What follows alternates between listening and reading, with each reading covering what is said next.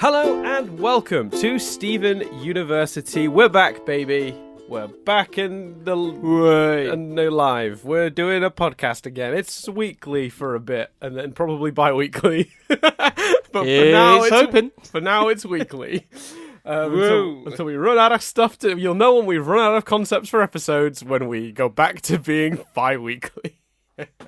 And to be fair, didn't we start the last one by being like, we're back, it's weekly? I know. I said that. I did a little intro for the last one to explain why we're not talking about the movie news. Oh, I meant to click on it to see if there was some classic. Hi, this is Dan. You know what's really annoying is I did two takes of it because the first one was a little longer, and I was just like, I'll do it again quickly. And now I know exactly what it is I want to say, and I'm kind of annoyed because in the first take I'm like. I literally am like, here, hi, it's Dan. I know Chris hates these, but fuck him. I'm going to do it anyway because we need it this week.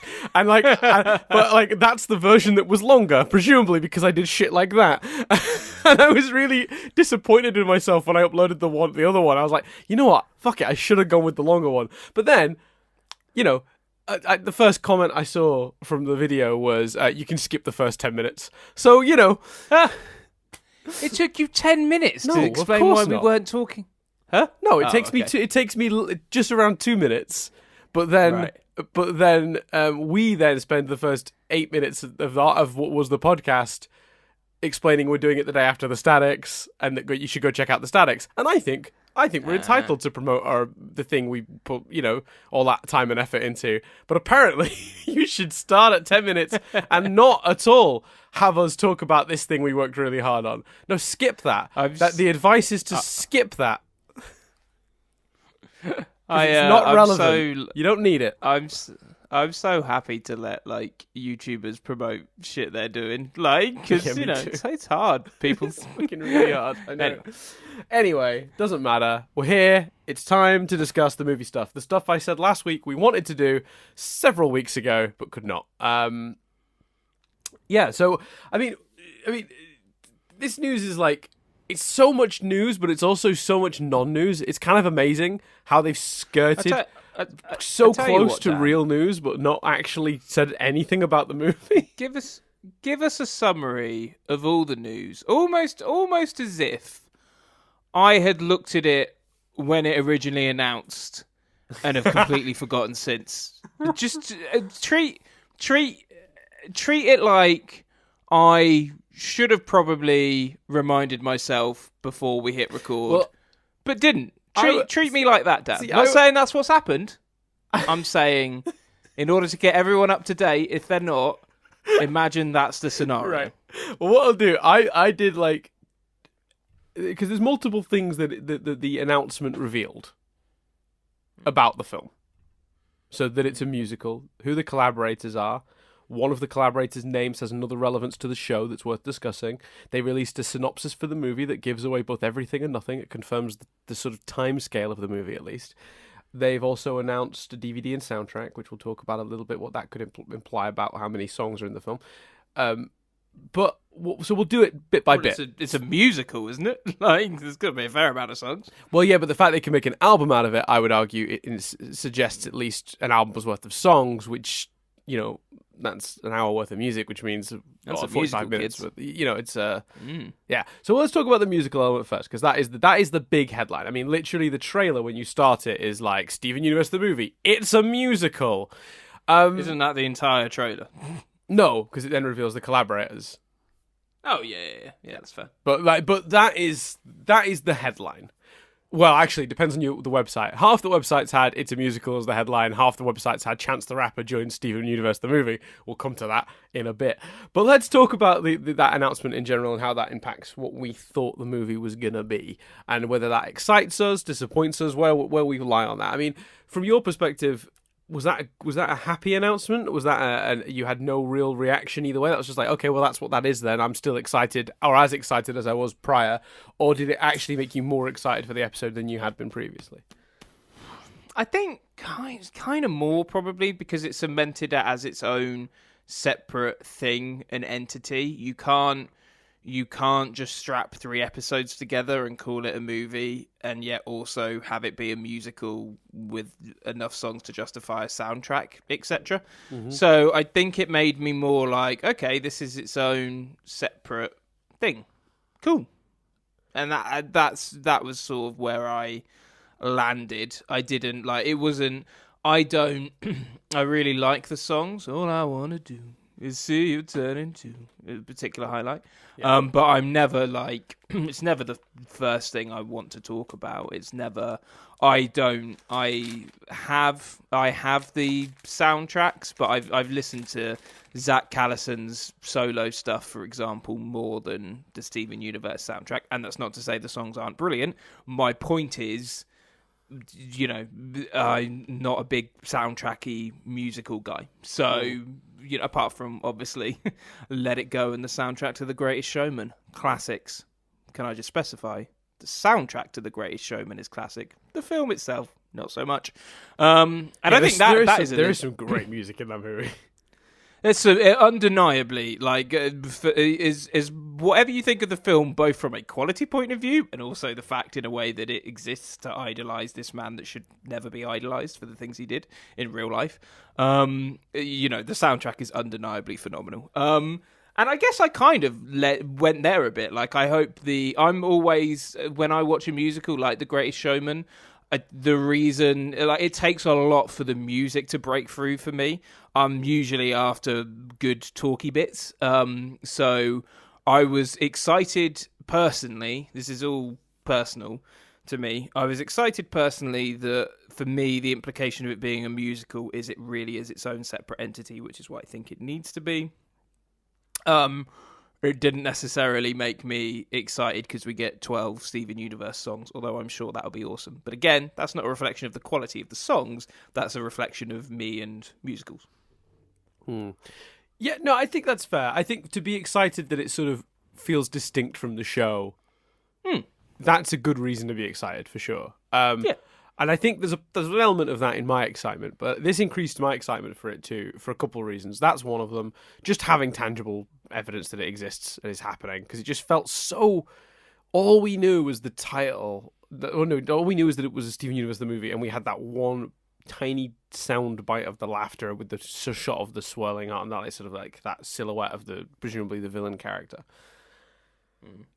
It just wasn't enough to make me feel like the movie existed. Does that make sense? Like, or that it wasn't. And I know, you know, this was a slightly pessimistic attitude, but or that it wasn't a Cartoon Network ploy. And I know, like, Zach Callison and Rebecca Sugar have both made comments that argue against that.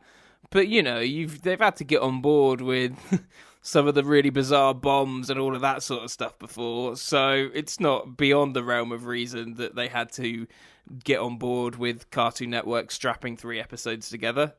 And the fact that, although I didn't think that was likely because that seemed a step too far, to have confirmation it's definitely not that is nice. Exactly. Yeah. It is something really special that they've wanted to work on. So that's the second of, I think, 3 reasons that this made me more excited. The third is slightly more. I think this is maybe a taste thing. I don't know, but like for me, some of my favorite episodes of this show have been the musical leaning ones. Mr. Greg, particularly, which is the only really true musical episode, as in it is almost entirely music, start to finish. Is probably one of my favorite episodes the show has ever done. One of my other favorites is Mindful Education. You know, if we were doing my like top 10 episodes or whatever, those two would be right up there. And Mindful Education is like cemented around this incredible song.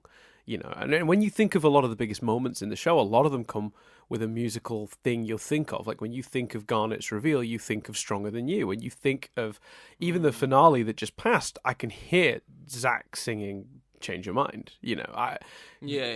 Or for one day, let's just think about love. Exactly. And obviously Fusion, all I want to do exactly is see you turn into a giant woman. So like for me, all I want to see. For me, the excitement comes from, I think, the implication of more of that, like, not only does the show's biggest moments tend to come in musical form, but I do think most of the most powerful emotional punches have come that way. I mean, I cannot express the gut wrench I felt listening to the lyrics of Change Your Mind. I can't express that lump in my throat in words. It doesn't exist. So the idea that the movie is a musical, and when you look at the range of music they've done in the show as well, like, this movie is going to go from laugh a minute to tears. I can see it coming already. Do you know what I mean? It's going to have the power to do that at the switch of a button. Do you know what I mean? It's going to be able to. I mean, look at Reunited. Like, look how quickly that wedding goes from joy to tragedy, like disaster, like, you know, in moments, you know. And when you think about it, starting with that song, and you know what it is? I think it's partly because I think just Rebecca is very, very good at communicating through music.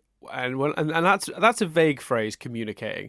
Sometimes she's able to communicate plot stuff through music. Sometimes she can communicate entire character progressions through music, or an entire character's position. Like, for Just One Day, Let's Only Think About Love, how that frames Stephen's mental state before that episode takes place is incredible, you know.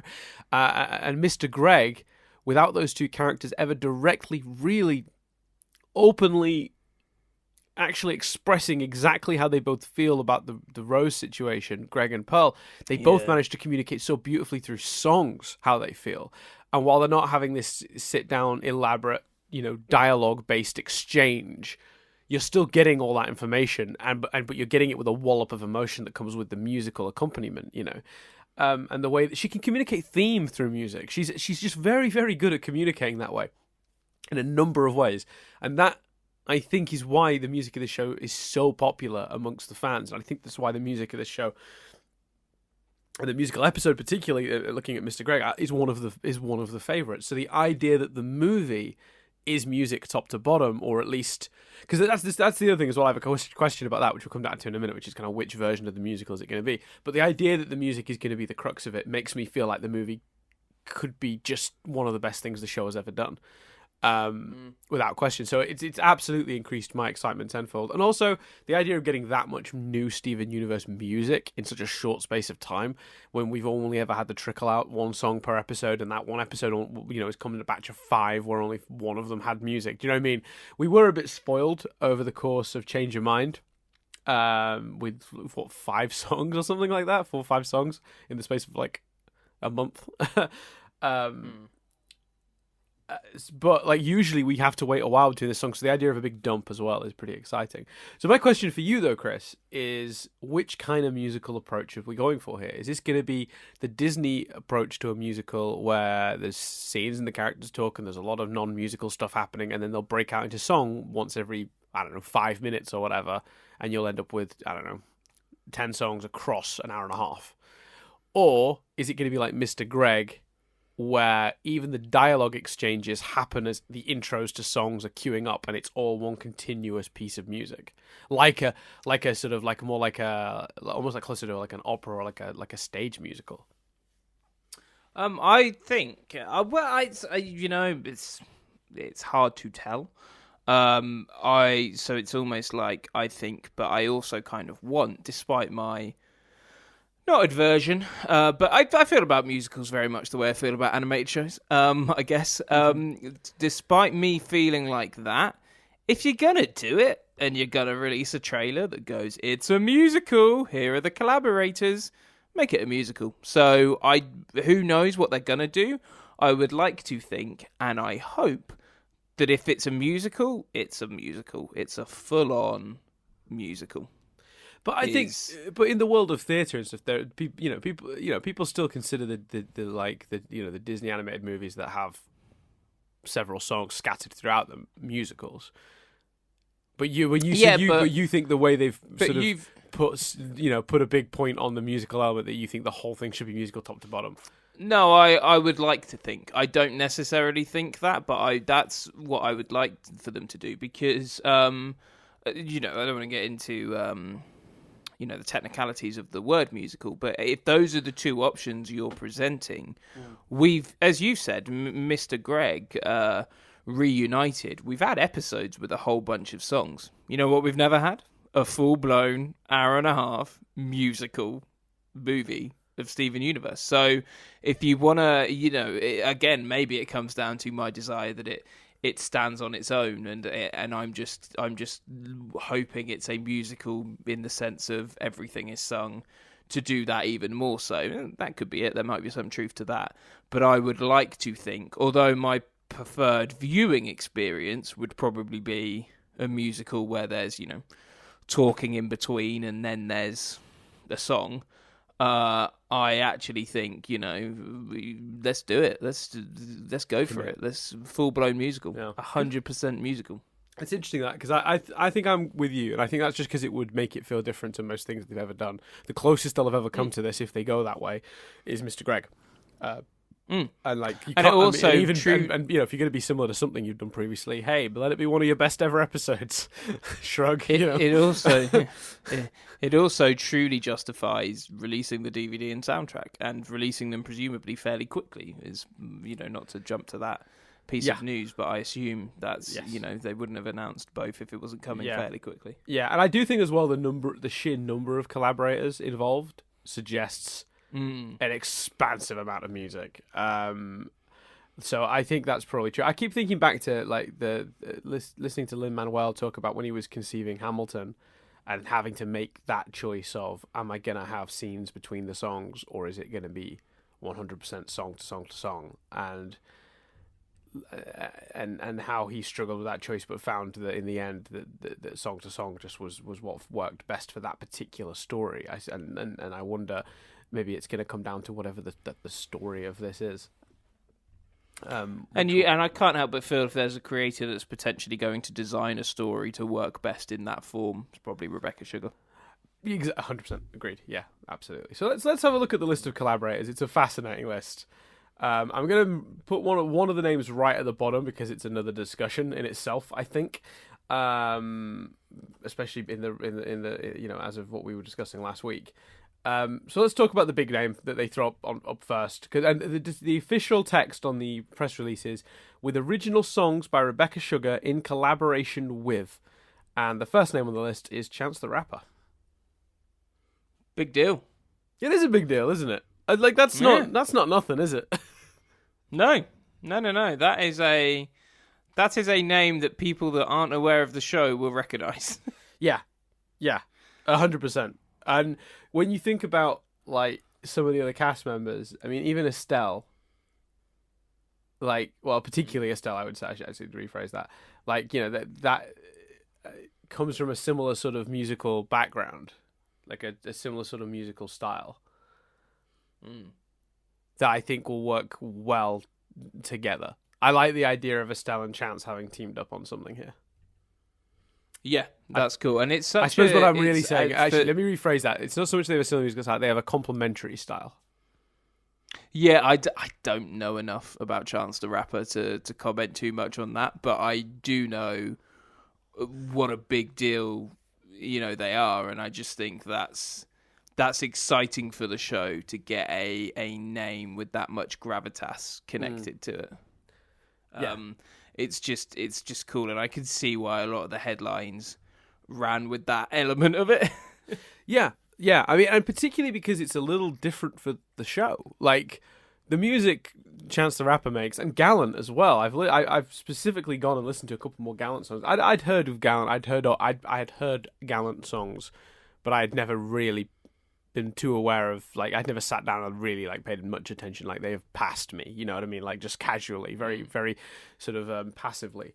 But I've actively sat down and listened to a couple of Gallant songs, and I really feel like that those three names are setting up not only that this movie is a musical, but there are going to be some songs in this movie that are going to take a very different approach than we normally get.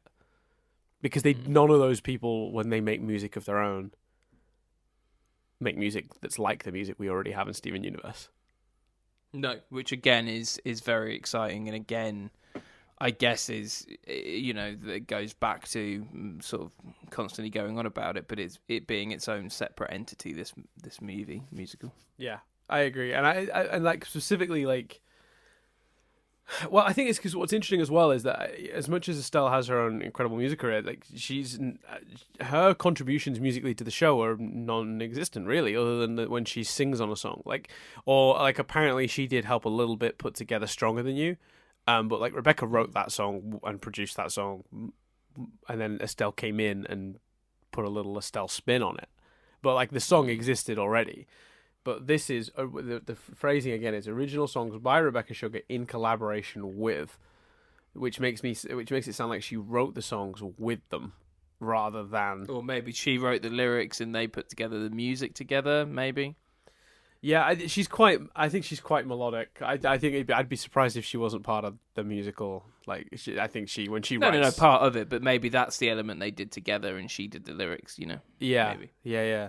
So I find that really like it's going to be really interesting once this comes out to hear like if the official Steven Universe podcast does some interviews. I want to find out how much these people were involved and to what degree and in which songs. Like, I'm fascinated how it's all going to play out. But it certainly also, does feel epic. The element of these names. Well, list the other names because I'm not sure there's too much. List the other names except the last name you want to save. Well, there's Avi and Surashu who write the music for the show anyway. Jeff Liu, who has worked on the show many years. Then there's a couple of other people who are various singer-songwriters. And I'm not going to pronounce all their names correctly, sadly, because one of them is so a bunch of them are just like very traditional singer-songwriters who write songs for other artists and have sort of, there's pop music or like something in that vein. And then there's one dude that's just a flutist. Is that the word? Flautist? Oh, nice. A flute player. That's really interesting. But then one of them is Mike Kroll, who wrote music for the Steven Universe before. You might remember Mike Kroll was the act they were going to see in Last One Out of Beach City, and then that episode ended with one of his sort of songs while they were dancing to it, and it had like the freezes in the text to describe each character, which is really fun. But what I like most about this is when you look down that list, like you've got 3 or 4 people who do sort of more traditional sort of like pop music. You've got a person who does flute music, Mike Kroll, who does sort of rock music, like guitar-based sort of music, heavily usually like distorted sort of guitar. And then you've got Chance, Estelle, and Gallant, who sort of are in more sort of like the rap sort of hip-hop side of like R&B side of music, like that. I know I'm dividing very generally there. I know there's nuance and subcategories, but like if you're just putting people in general categories, what excites me about all of that is like, yeah, cool. Like I don't like.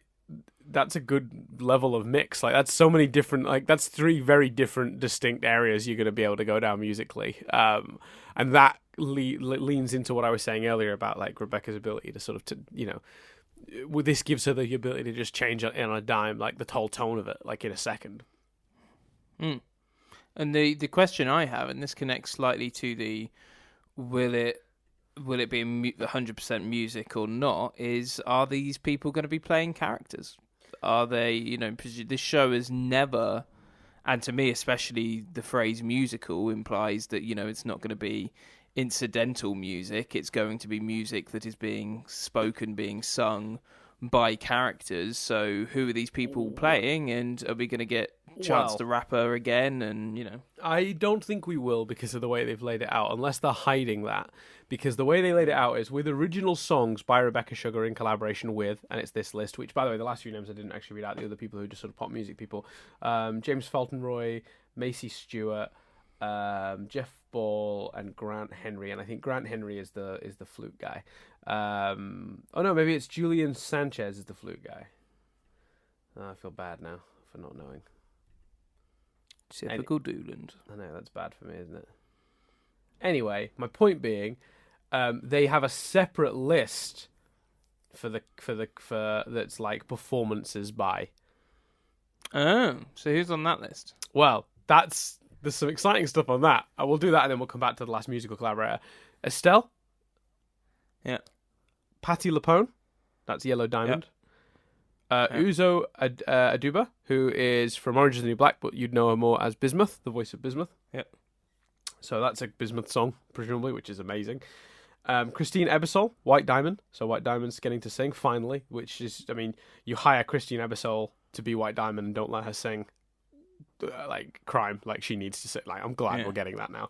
Lisa Hannigan, who's Blue Diamond. Then Zach obviously Stephen himself, Dee Dee and Michaela, Pearl and Amethyst, Tom Sharpling, Greg, so we're going to maybe get a new Greg song, Shelby Rabara, Peridot, Erica Luttrell, Sapphire, Charlene Yee as Ruby, Grace Rollick, who's Connie, Jennifer Paz, who's Lapis, Katie Micucci, who's Sadie.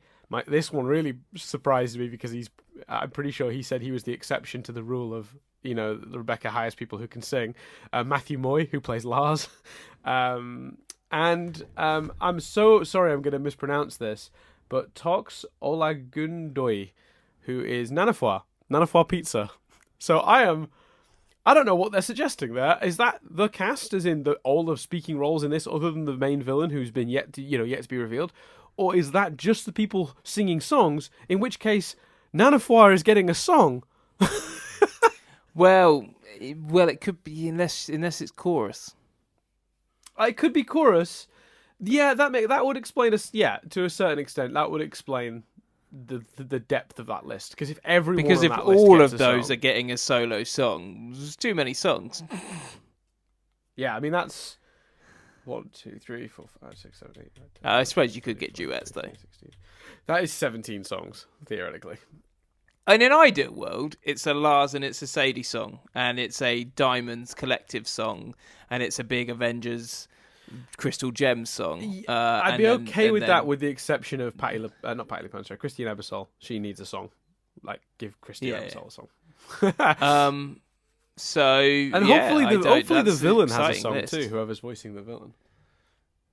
Oh yeah, because they're not listed. Nope. I don't think that's complete performers. I don't think it's complete performers. I think that is song performers. I think that is the people performing the songs. I think, with the exception of the villain, who I suspect will have a song. It'd be very unusual for the villain to not get a song in a musical. What's the last name on the list, on the collaborators list that you keep teasing? Oh, Aimee Mann. Now the reason I'm teasing Aimee Mann, the giant woman. She's Opal. She's Opal. She's also Opal, she's also a huge and famous singer-songwriter in her own right. Which is why she was cast as Aimee Mann. It's like it's cast as Aimee Mann. It's cast as Opal. It's this weird thing Rebecca Sugar has of casting like crazy, like Nicki Minaj as bloody Sugarlight. It's like she just keeps casting these crazy big sort of musicians in roles, which makes me think maybe you are onto something with your theory about Chance the Rapper. But like the way they've separated this list really is listed as original songs written by Rebecca Sugar with collaboration with, and then performances by. Now Aimee Mann, guess which of those two lists she is on? It's the first one. It is. It's the first one, which hurts. I hope we get some Opal. That you can't. How could you get Aimee Mann back in the studio and not have her record something as Opal? Yeah, you'd hope. We need more Opal. So did part of your hi, this is Dan go? We talk about how Opal's never been seen again. I guess we'll talk about that again next week. Yeah. I mean, that was the main reason I did it. Because I could just hear everybody screaming at their computer screens. What, have you not seen the news yet? Like, no. Well, but not the people. The people that have skipped are still going to be screaming it, mate. Oh shit! I think that's awesome. I think I would love some more Opal. I hope she is getting a song. Yeah, me too. But she's not in the list of performers. She's in the list of collaborators. That would drive me mental. I would lose my mind. Look, she's an extremely talented musician. Yes, please bring her in to write music any day of the week. No problem. Happy with that. You cannot, though, have her in the studio when she's literally the voice of a character on the show that we haven't seen in ages and not bring that character in. Please, dear Lord, give Opal something to do. It is now the only fucking thing I want from this movie is Opal. It's really bad, but it's all I want now. Opal, the musical. I would watch that! Hopefully we're getting some Opal. That's a fascinating list of performers as well. Maybe Nanafoi's getting a song. I don't know. She is the man now, I suppose. That's true. So what do we think? Like likelihood of Opal, like on the scale. Where are you gonna put a flag anywhere? I'm not putting a flag. I'm saying I don't know because I'm once bitten twice shy. I was going to say you've been wrong so many times. The fence is now your friend. Wait, actually no. But no, wait. I figured it out. Opal will definitely not be in the film. Was that because you want Opal to appear? You can't just do that forever now. I can't, mate. I can't. Do you think? I can't. Do you think Avengers? It's like a birthday wish. If you say it out loud, it doesn't work. I genuinely believe, with all of my heart, Chris, that Opal will not be in this movie. I'm planting a flag in the theory that Opal is not in this movie. Plant. Just a quick non-SU flag. I ideally hope that I am not in some way wrong. Again, is the re-release of Endgame gonna get it over Avatar? No. I don't know. And I genuinely mean plant that. A flag and say yes. Avatar's re-release gave it only 25 to 30 million. Avengers needs 50, and it's a little tribute to Stan Lee, a teaser for Far From Home, and a tiny deleted scene that involves the Hulk. Really? Has that been confirmed? Is that I didn't really know that information was out there. That's all it is. Yeah. I'm still tempted to go again. Dear Lord. I am. I heard it was a Captain America thing, so the Hulk thing's interesting. That's news to me. Mm-hmm. It's just a deleted scene from the movie, and it's not even put it back in the movie where it belongs. It's put at the end of the movie. Yeah, I think people will be... Well, to be honest with you, though, I don't think people will be that mad, because I think the people going will probably already know what it contains and just be like, I'll go anyway. Apparently, the Far From Home end credit scene is insane, though, apparently. I think I've heard what that is. That was a few... Yeah. Anyway. Is it insane? If it's what I think it is... Yeah, actually, I've heard two versions. One's cool and, like... Cool, okay. And I've heard a rumor about another thing that is pretty insane. Yeah. Okay, I'm excited. Right, but moving on. Back to back to Steven Universe. So this will never finish. Yeah. So I'm planting my flag. Opal, not in the movie. I'm gonna plant a flag and say Opal is in the movie. Well, I'll make it happen because you're always right. So. Who knows? Yeah, but no. I've been right a lot less now. I can't look on Wikipedia. Yeah, of course. Yeah, that's true. Your statistics have gone right down. So let's go through the description. There's a description, Chris. There's a little, and I'll tell you, you'll be blown away by how much information is in the synopsis for the movie. Whoa. Don't be saying that like I've not done my research and haven't read the description before now. Sorry. You'll be blown away again when I when I remind you of how much information is clearly in this. Mm-hmm. Steven thinks his time defending the Earth is over, but when a new threat comes to Beach City, he faces his biggest challenge yet. Yep. I think that does tell us. It tells us one very distinct thing, which is the time frame. It tells us that it's after the diamonds. Yeah, correct. It tells us it's set after Change Your Mind. It tells us absolutely fuck all else. No, I hope that new threat is an old threat for the diamonds. I still maintain my predictions that they're quite heavily involved, and I would hope they are, especially because, again, I want it to be separate. Like, I just don't want it to be Season 6, Episodes 1, 2, and 3. I have developed a theory. Yeah. Can't plant a flag. Not planting a flag on this one. This is just a possible cool story they could do. Sounds like you're digging in the dirt a little bit to me. Carry on. No. A thing I would like and think would be cool if they were to do it, but we shall see. I like the idea that during the war there was another Lapis-esque situation with a gem that survived, but ended up hating both sides because the war left her either trapped or disabled in some way, the same way Lapis was in the mirror, right? But where Lapis came out and eventually came round to them, this gem basically went insane and hates everyone. Crystal gems, diamonds, homeworld, the lot. And is released and is appalled to discover that not only was the war evidently for nothing, because Steven basically Pink created the war against her own people. Like, it was not a rebel gem. It was one of their leaders playing both sides. So the war was really but then discovers Steven has since reunited everyone, so the suffering was for nothing, and loses it and tries to destroy everything and everyone. Yeah, that's good. I like that. And that's who this. I like new the gem idea is. that Bismuth and Lapis are both on the performers list because they have a song dealing with their story. Sure, yeah, because you draw that parallel, wouldn't you? Or at least I would, if I was writing that, if that story existed and that's what you were doing, and I was writing that story, Lapis is the perfect person to parallel the new character with. She would have more in relation. She would have more in common with Lapis than Steven. More common ground for sure. That's interesting. That's a good flag. I like it. Yeah, I hope so. I hope it's a thing. I hope that's something they think of, because only thought of at least and then dismissed because they had a better idea. Yeah. Oh yeah. It's not going to be anything like what we're thinking, but that synopsis is cool. I think, yeah. Like I say, my only reservation about that synopsis is I don't want it to be the first part of season 6. And just for context, I think I agree with you. It just in case anyone's going, why is he banging this drum so much?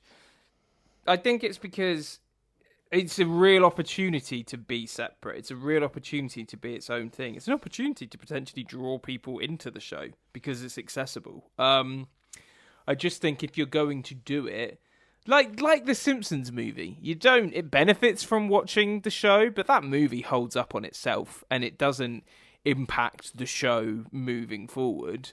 Mm-hmm. It's just its own cool little offshoot. Whatever you might think of, like the In-Betweeners, the same. The In-Betweeners movie works again, on its own. I think that's just the rules of movies, though, isn't it? If a movie doesn't have its own conclusion baked into it, that's a bad movie. Like, people got annoyed at Tom Cruise. There's probably been TV movies though that have that's fine. But this is premiering on TV. But even those often will try to follow the correct pattern, which is that if it's a movie, it has to have its own start, middle, and end. You can't just use it to launch a new series. Otherwise, it is just episode 1, 2, and 3 of the new series. Don't call it the movie. You're cheating. Like, you're saying it's the movie. It has to feel like a movie. It has to feel scaled up. Which, God knows how they do that after Change Your Mind, but, we'll come back to that when we see it, I suppose, as a discussion point. It has to feel scaled up, and it has to feel separate, but contained. It's welcome to have its own tone, but it's storyline-wise, it cannot be, like, the setup for a new series of the show. Because that's not a movie. That's a... it's a prologue, and I want to feel satisfied that I've had a start, middle, and end of a story when I watch that movie. So I'm with you 100%. I'm gonna back you all the way when it comes to beating that drum. I agree with you. It really should feel like its own thing. But I'm excited for the prospect. And like I said, I mean, the last thing we had to discuss, which we've kind of hinted at as we've gone on, but yeah, they've announced as well that the movie will arrive on DVD later this year. Will be accompanied by the soundtrack, released digitally, plus a physical release of the soundtrack. I think it's bizarre that Cartoon Network pissed this show about in the schedule so much, but they're committed enough to it to burn DVDs. Yeah. I mean, and it specifically says DVD. It doesn't even say Blu-ray or anything. Yeah, exactly. It said just as DVD. Jeez. Fair play. Yeah, which that I suppose that doesn't mean a Blu-ray isn't coming, but the show only just went on Blu-ray this year. Oh, what, the complete show so far? No, the first season. No, right, okay. So its DVD releases were always a bit weird and scattered, but the movie is getting its own DVD release. I kind of feel like they've kind of one foot in, one foot out with this movie idea, because I feel like there was a time when they thought maybe we release it in cinemas. Like Teen Titans, like Teen Titans Go. They did it with their other friend. They did it with their other show. That's got a built-in DC audience, even if the show's not being watched by them. True, but they gave it a real push. They gave it a lot of marketing. They put it out there. They made sure it's an hour and a half, like a full movie. Like they really did go for it, Cartoon Network with that. And I feel like they did that in the hope that it would increase the audience for the show. Although God knows, like, it does well enough as it is. It doesn't really need it. But, and I think things like there being a DVD planned this quickly when there are seasons of the show that aren't out on DVD yet screams to me they were hoping this would pick up new fans. And one way you do that is you stick it in theaters. That gets a lot more attention. It does. Yeah, that makes sense. So I feel like they've been kind of one foot in, one foot out, and it would not surprise me to discover at one point they toyed with that idea. Evidently, they've settled on not doing that. But hey, it might get a limited release in some cinemas. You don't know. Yeah, look, and if that happens, great. But I mean, Teen Titans Go got a wide release. Yeah, no, I know. Like, I could have gone to any local cinema from where I live and seen it when it came out. I didn't, because I don't care about that show so much. It's fine. It's funny, but bring back the proper, the dark, gritty Teen Titans, please. I like that one better. All right, I'm sure they'll announce that for DC and then ultimately cancel it. Sure. Why not? You seen the trailer for Pennyworth? No, I can't bear another... Dude is doing quite the Michael Caine impression. You got to watch it. Oh, really? Okay, I'll check that out. That sounds fun. But, like, for me, like, I'm just so tired of, like, what is this thing with, like, no one wanting to do Batman? So it's just like, what is this? Like, Inception? Like, the fucking... The bloody... It's a prequel within a prequel? Like, what? No. No. Yeah, it is bizarre. Bad television network. What are you doing? Like a fucking Batman show, for Christ's sake. Grow some balls. After the roaring success of Krypton. They're all doing it. Hey, Krypton got renewed. That's a popular show. Yeah, that's true. Yeah, I'll give you that. Yeah.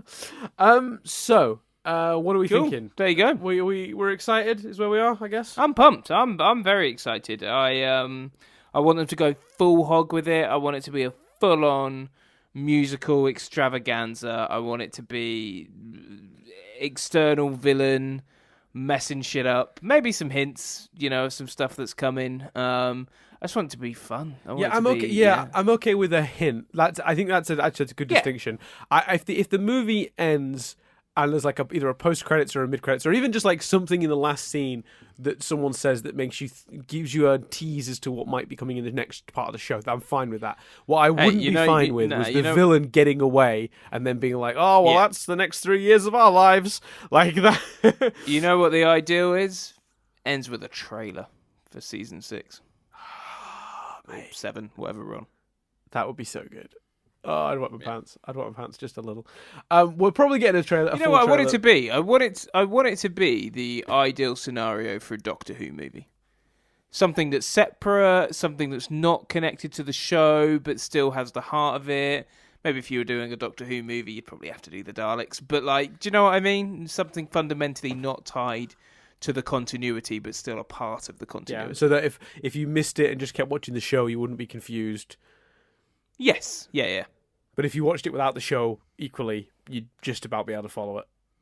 I think that's harder with Steven Universe because like concepts like fusion are so distinct to this show that it'd be hard to do, but to make it completely accessible. But yeah, I agree. That's true. Yeah, I'll give you that. And that for me is probably the key reason it's not in the cinema. Yeah, I think Teen Titans Go is a lot more. You can do a story from scratch there, like because people have the foreknowledge of the characters through the comics and osmosis, and just people know about comic books and superheroes. By default, you can get away with it more. Steven Universe has so many concepts that are so rooted in its core that if it was to re-explain what fusion is and what gems are and what Homeworld is and what their relationship to the diamonds are and what the societal issues are and who all these other characters are, God, you'd have a movie that was very accessible, but fans would just be bored shitless because it would be it would be an hour. It'd be an hour of exposition and then half an hour of a movie. And fans would still be happy. Fans would be like, "Guys, we got an episode. Cool." Yeah, it's true. Then again, there was a bit of backlash about that fucking pineapple episode or whatever it was, melon episode this year, wasn't it? Escapism. Yeah. Yeah, people just didn't like the way it flowed, but I think it works great. But hey, that's a victim of hype. So maybe if this was bad, this would also fall victim to that. Precisely. Yeah, precisely. But let's fingers crossed, fingers, legs, arms, hairs all crossed for the movie to be as good as it can be. And I think we're in pretty safe hands. The think Rebecca Sugar has more than proven herself at this point. I don't feel like anyone needs to be too worried about what this movie's going to be. Yeah, completely agree. And what's amazing about this is we really could have just wasted the last 40 minutes of our life, because what might happen is we might sit down, the movie will be none of the things we said we wanted it to be, but it could still be awesome. or it might happen how it happened this time, where we might finish this, upload it, and then a trailer drops. Yeah, yeah. I'm sure that won't happen. It'll be fine. That feels likely. What are we doing next week, Dan? Apart from discussing the trailer for the movie. What are we doing next week? We haven't decided yet, have we? Let's each list our top 5 songs. No, we don't have to do that. We can do that, or we can do episodes, favorite episodes. We can do a list one next week. That's fine. I like a list one. Let's do a list. What should we list? I didn't like doing it with the characters for the wanky reason you described. But which list would you like to do? Our top 5, whatever. Songs, episodes. Songs or episodes or something in that region sounds like the simplest. I wonder if songs will end up with the same songs though. We might, but that's the fun of it. Or isn't it? Who I knows? feel like I'd need more time to do episodes. All right, let's do top 5 songs each. Cool. There you go. Top 5 songs. We'll do next Done. week. It's going to be, we're each going to list our top 5 songs and compare and contrast and maybe argue some. So thanks for listening. We'll see you in a week's time for that. I've been Dan Doolan. I've been Chris Billingham. As I've already said, because I've got it backwards, we'll see you in a week's time for that.